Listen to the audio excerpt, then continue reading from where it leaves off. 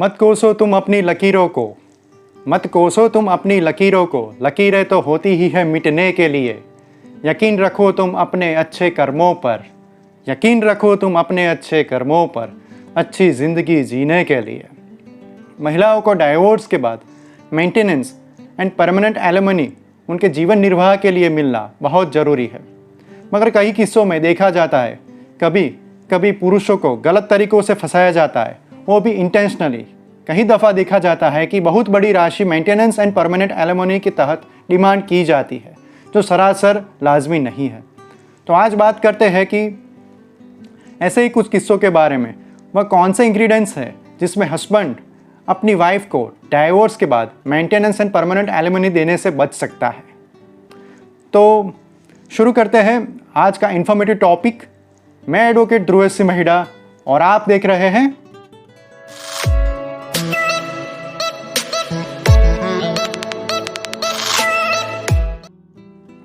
As per the section 13B of the Hindu marriage act, husband और wife की आपसी सहमति से डाइवोर्स और वाइफ कहे कि उसे कोई मेंटेनेंस एंड परमानेंट एलिमनी नहीं चाहिए और without any condition I am ready to give a divorce, उस टाइप की म्यूचुअल कंसेंट से डाइवोर्स डिक्री लेने पे husband maintenance and permanent alimony देने से बच सकता है। वाइफ का कोई अन्य पुरुष के साथ शारीरिक या अनैतिक संबंध हो तब husband maintenance and permanent alimony देने से बच सकता है।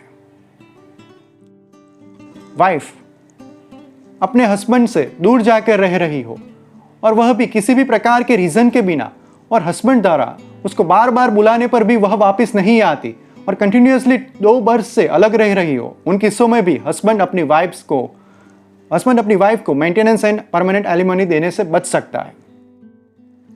कोई वाइफ अपने हस्बैंड पर क्रूरता करे, यानी कि मेंटली एंड फिजिकली हैरेसमेंट करती हो, यानी कि शारीरिक त्रास गुजारती हो, उन किस्सों में भी अगर हस्बैंड यह बात एक कोर्टों में साबित करता है तो यह बात साबित होने पर husband maintenance and permanent alimony से देने से बच सकता है।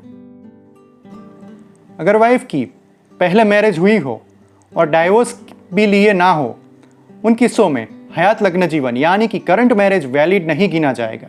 करंट मैरिज को वॉइड माना जाता है और उन हिसाब से डाइवोर्स भी मिल सकता है, मेंटेनेंस एंड परमानेंट एलिमनी भी देनी नहीं पड़ेगी।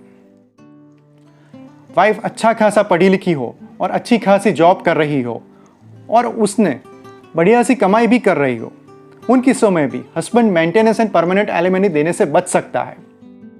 ये सब बातें ध्यान रखने जैसी। हस्बैंड को मेंटेनेंस यानी कि भरण पोषण देना पड़ता है, उसके बारे में तो बेहद जानकारी प्राप्त कर ली। अब बात करते हैं वाइफ द्वारा अपने हस्बैंड को मेंटेनेंस देने के बारे में।